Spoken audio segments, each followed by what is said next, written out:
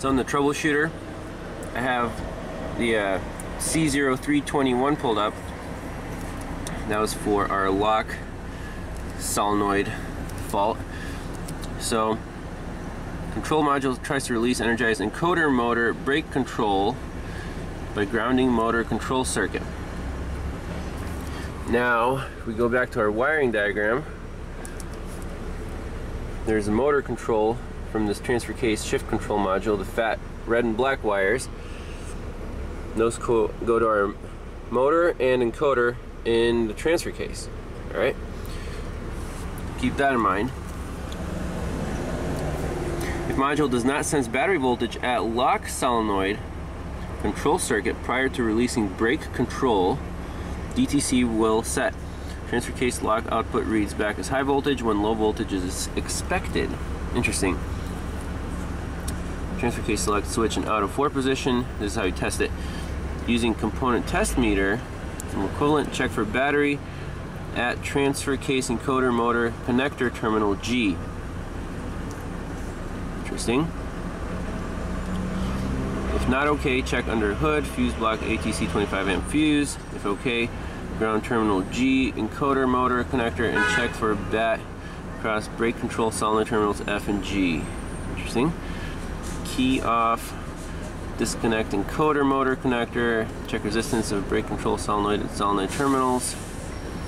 Should be 1525 ohms, if not suspect faulty brake control solenoid. Okay, check wiring integrity from transfer case encoder motor, transfer control module. Alright, so interesting stuff here. A lot of information. Now, what pins was it talking about? This F and G, ground terminal G, encoder motor connector, and check for battery across brake control solenoid. So this brake control solenoid, I have to do a little research on this. There's lock solenoid control. That's where they're talking about right there. G and F. Transfer case encoder motor. So it looks like this is the complete picture for the transfer case encoder motor. It has 1, 2, 3, 4, 5, 6, 7 pins on there.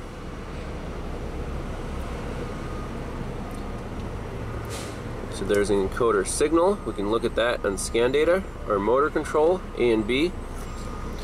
And then this brake control solenoid. So there's 3 components inside the transfer case encoder motor. Alright. There's front axle actuator, not worried about that. We're worried about this guy right here. And you can do all the wiring checks at the module, which is convenient. And then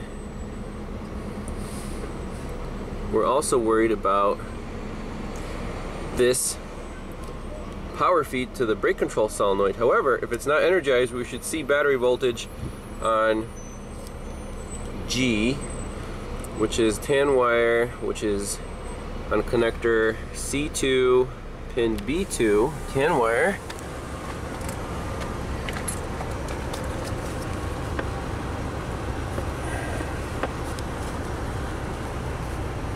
Oh, let's see here. So we'll find that. Oh, I guess it's that fat guy. So we can do wiring checks right here at the control module. So after looking at the wiring diagram, this first paragraph makes a lot more sense. So it's saying if the control module does not see battery voltage on the control wire for this brake solenoid, it'll set the DTC. So we need to check for battery voltage on this tan wire right here, connector C1, pin B2, and that'll verify the wiring integrity from the fuse through this brake control solenoid to our transfer case shift control module. I don't want to crawl under this truck just yet, so we can just, our comm line is good for now, so we still have a intermittent no comm, I guess. So let's plug in our channel 1 into this tan wire. Now keep in mind, if you use a test light, you'll actually energize the solenoid since it's like a 25 ohm circuit. Well, it depends on what test light you use. You might partially energize it. Let's go back to our scope.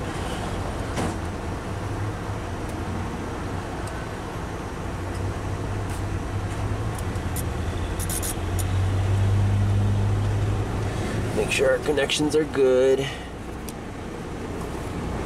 I might just use a needle probe for this guy.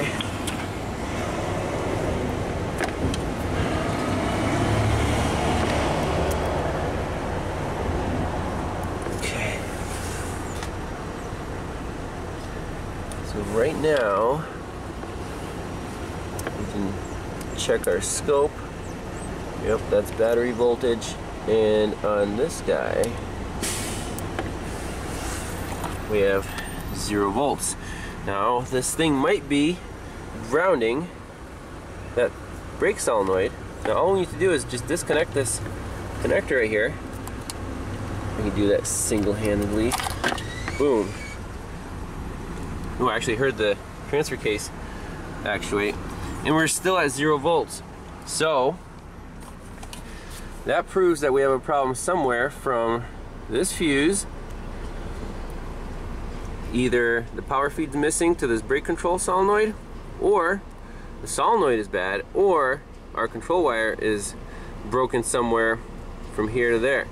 So now we do need to crawl under the truck, get to this pins F and G, verify power in pin F, and then we can even put a test light across F and G to kind of simulate a solenoid and see if we have power up here where we have no power right now, where we should.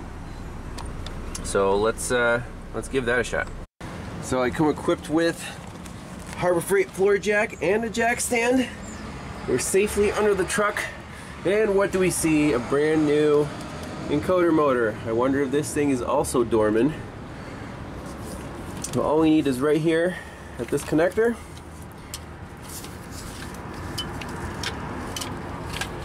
And there we go. Orange and brown. So we need to have power on this orange wire. We can verify that with a high amp test light,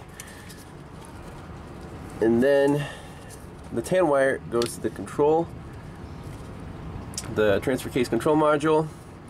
So we can do this a couple different ways. Either connect the test light across the two and make sure we have power at that pin, but we do need to load this orange wire pretty good.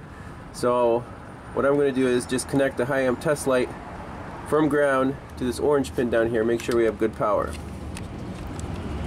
Okay, so this red lead I have connected to a known good ground. We already verified that black is a ground.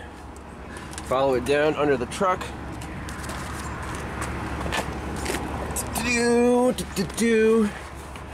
And we're connected through our test lights to the orange wire here, and we have absolutely no power. So it looks like we're missing a power feed on this orange wire. That's my preliminary thoughts. Let's see, can we verify that in another way? And this is pretty definitive. So if this is on power, we can just verify that our test light works. Jeez.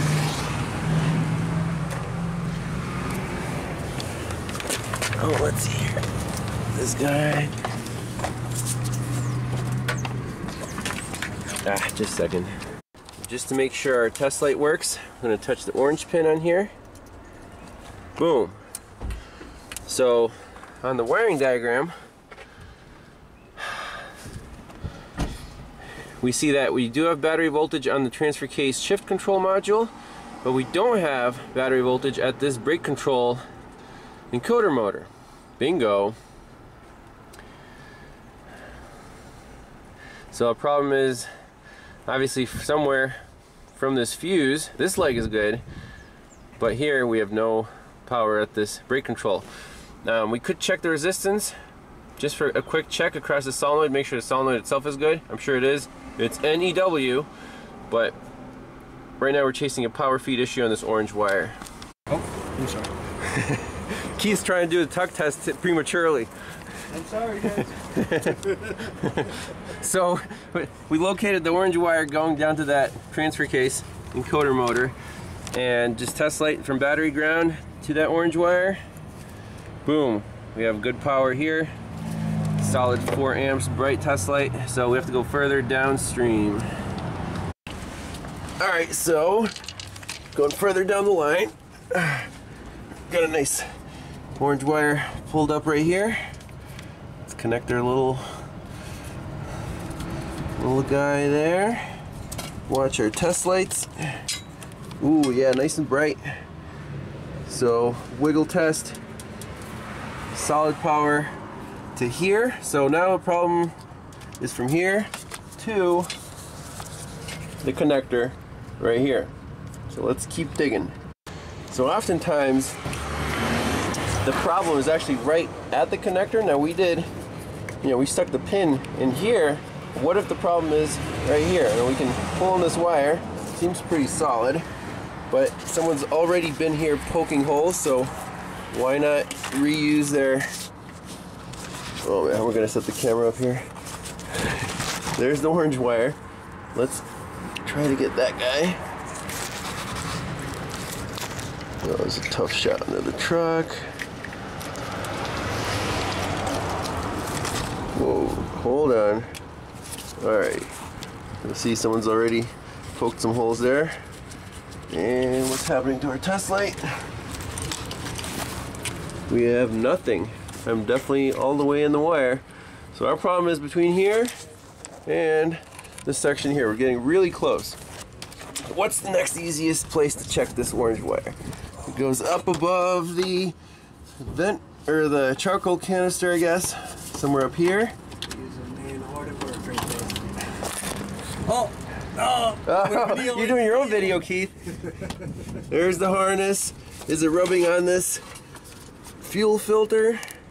Doesn't look like it. Let's see if we can pull it away from this canister. Try to expose it. Oh, there's an orange wire. What the? Well, there's half of an orange wire, Keith. I think we found our problem. Does it look green and crusty to you guys? Yeah, there's definitely some damage. So that's a problem. That's why our solenoid, the brake solenoid in here, is not getting any power. So we have to repair that. I don't know if we can get this harness. That's gonna be a tight spot. So now it's a matter of repairing this wire, doing our checks again at the transfer case module, and seeing if that code goes away, seeing if the service four-wheel drive light goes off, and that NOCOM, I think Dorman should still warranty the module, because this is an unrelated problem. That was fast parts delivery, Keith. Yeah, well, we do our best. There you go. Put that right back in the Dorman never made a good part. I'd probably have to wait probably a week in the black hole for this. This is that now. Forget about it. All right, so we'll put a new module in. But we still have to fix that wire. Oh yeah, I put it over here. I'm sorry. So at this point in the diagnosis, it looks like that orange wire was the original problem. And why do we have a new transfer case module in here? Why do we have a new encoder motor? Probably a result of the parts cannon. Yep. So let's fix that wire up, see if this thing comes back online with the new module. Cross your fingers. So before we get too far, don't forget to tape up the little tiny holes that we poked, because they can turn into green crusties before you know it. Get some of this liquid electrical tape on there, and put the wire back in the loom. I mean, up here I'm not too worried about it since it's kind of high up and dry, but under the vehicle, very, very important to seal up those wires really good.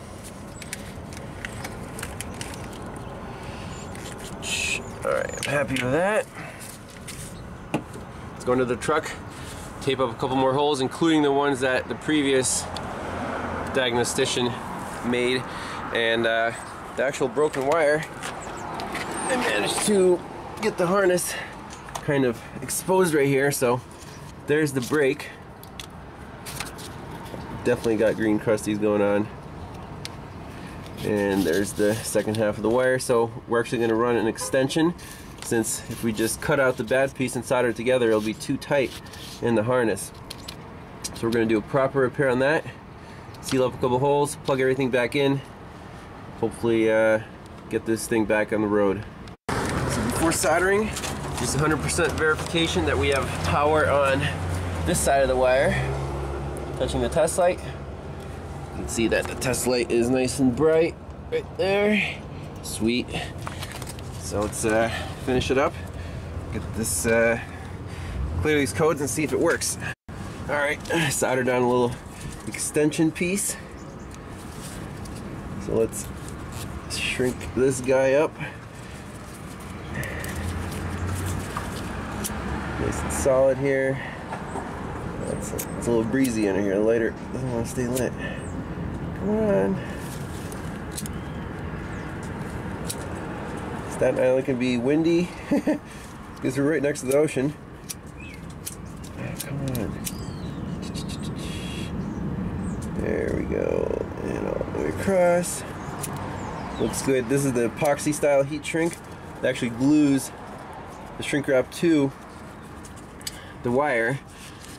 And all we need to do now is connect this guy to the remains of the orange wire. Now I stripped it back far enough so you can see the copper. It's nice and shiny.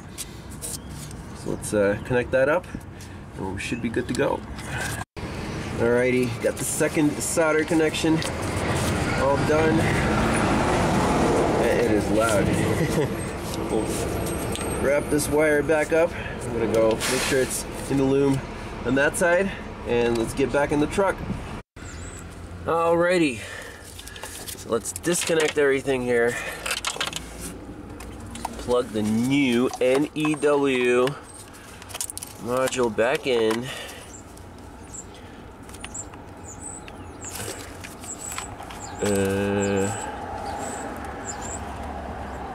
How they remanufacture these guys, those pins don't look very clean. Okay, that's good. So now what I want to do is verify that on this tan wire we should have 12 volts right now, since that fuse is constant battery power, and the solenoid we expect should be connected, and sure enough, there it is. There's our battery voltage. Start up the truck. There's the key. Okay, you actually heard the actuator motor. You see that? It did its thing.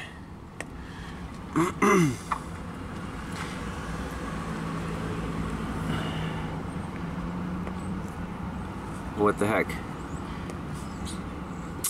Ah, we're in too short of a time base. Come on, Snap-on. But you saw the voltage drop and come back up, so this thing should be happy now. Hey look, no more service four-wheel drive. Sweet. We're at battery voltage on the tan pin. Awesome. So let's get out of here. Go to our scanner. Make sure that we can talk to this transfer case. Display codes, current codes, no codes present, history codes. All this good stuff. Let's erase this. Clear codes, okay. Yep. Display codes, history, no codes, current, no codes. Now we can play around with the four-wheel drive. There's auto, so it's an auto, that's fine. For a 4x4 high, you might be, oh no, there it goes, it went right in. You can hear the actuator motor. For low, might have to be neutral to press the brake pedal. Uh-oh, service 4-wheel drive. Crap. Current codes. Active transfer case mode switch fault. Oh, are you kidding me? Another code? I thought I was done with this car. Unbelievable. Oh, what do we do now?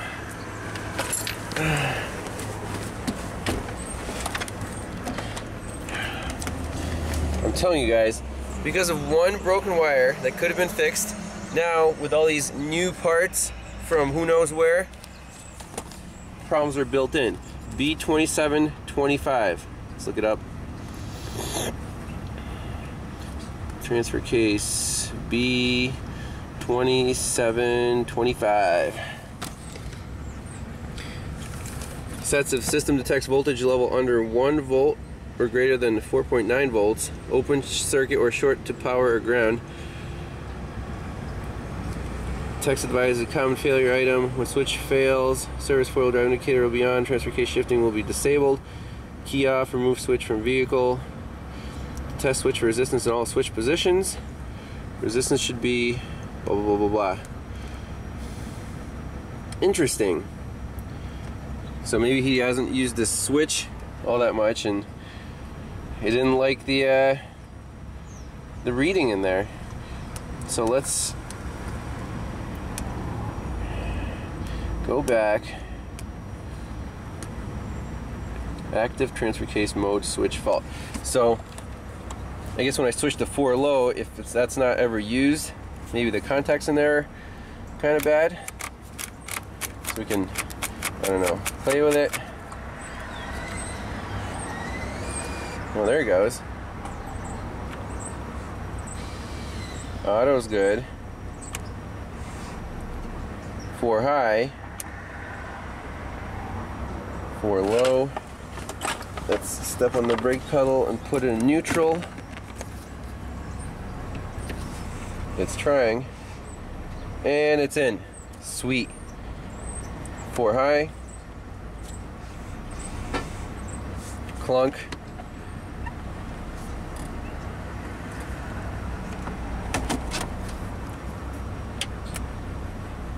Still trying.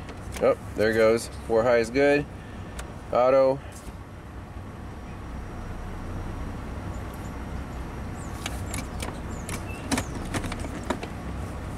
Put in neutral. There he goes. Auto's good. And finally, zick, 2-wheel drive works. So I want to run through that again. Clear codes. Yes. Okay. Display codes again. History. Current. Let's try again. Auto. So auto is fine.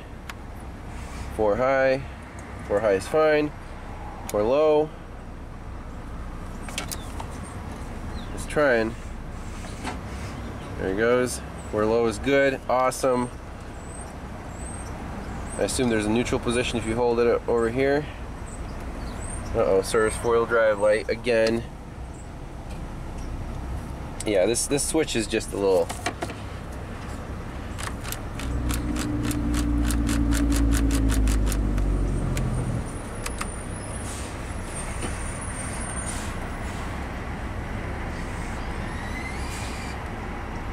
So I think as long as he uses these 3 settings, should be okay.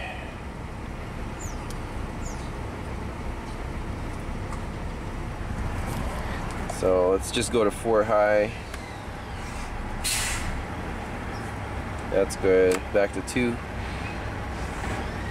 Sweet. Back to auto. 4 high. Alright. 4 low.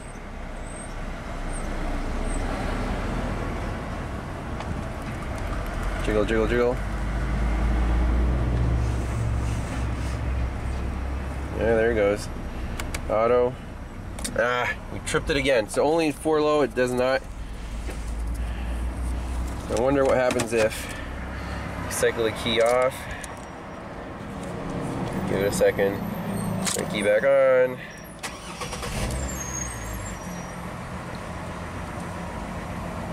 And cool. Okay, no big deal. So the system does reset itself. So you'll say no current codes, but in the history it'll remember this active mode switch fault. Sweet. So back in two-wheel drive, and it should be good to go. Awesome. That's it. This vehicle is fixed. Good. If he really wants to mess with the four-wheel drive switch, clean up the contacts in there. That's all it is. Well, that's it. Green Krusty strike again. Staten Island Express. I guess this was part 2 because well, we got a new module and we got a broken wire. So thanks for watching. I'll see you in the next one. Bye-bye.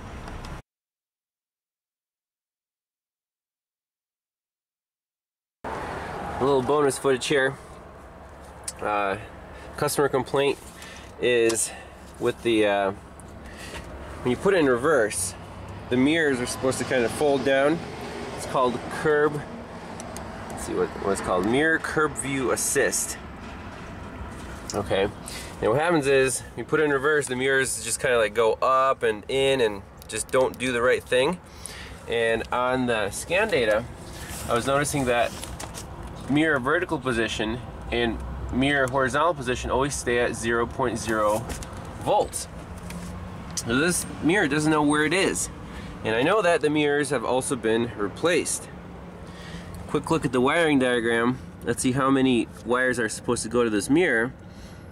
We got mirror retract, extend, common, mirror down, mirror right, heater ground, mirror heater. So 2 blacks, pink, orange, and red. And here's the wire for the mirror that plugs into the driver's door module. We do have pink, a red, orange, and green. So we have pink, orange, 2 blacks, a red. However, we're missing this dark blue and gray the encoder wires for the mirror position. So obviously the truck doesn't know where the mirrors are, so it just kind of does some funky stuff. So these mirrors are wrong for the truck. Customer probably got the cheaper ones on Rock Auto or whatever. You have to get the ones with the correct features. This thing has everything. It's loaded.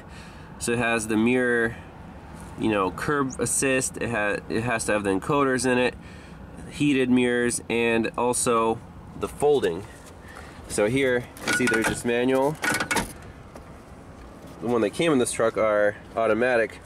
When you flick the switch here, it's supposed to fold the mirrors. So anyways, mirrors are wrong for the truck. That's a little bonus footage, and moving on to the next one.